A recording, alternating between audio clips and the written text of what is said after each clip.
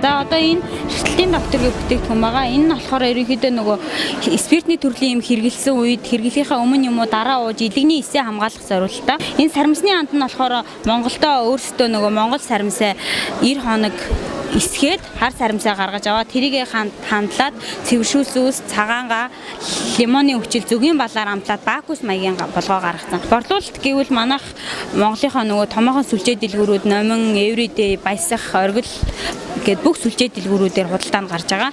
Дээрээс нь бас манай нэрийн барааны дэлгүүр өөрөө бөмбөгрийн уртлын Монпогийн эм ханган нийлүүлэх төвийн 108 тодтмоо энзим бүх бүтээгдэхүүн маань үйлдвэрүүнээрээ зарагддаг. Тэгээ дээрээс нь энэ эрүүл мэндийн бүтээгдэхүүн сарамсны ханд шартлалын доктор гэдэг нөгөө илэгний эсийг хамгаалах зорилттой хоёр бэлтгэл байдیں۔ Тэр хоёр нь бол бас томоохон нөгөө эм ханган нийлүүлэх төв аптекуудаар бас зарагддаг байгаа.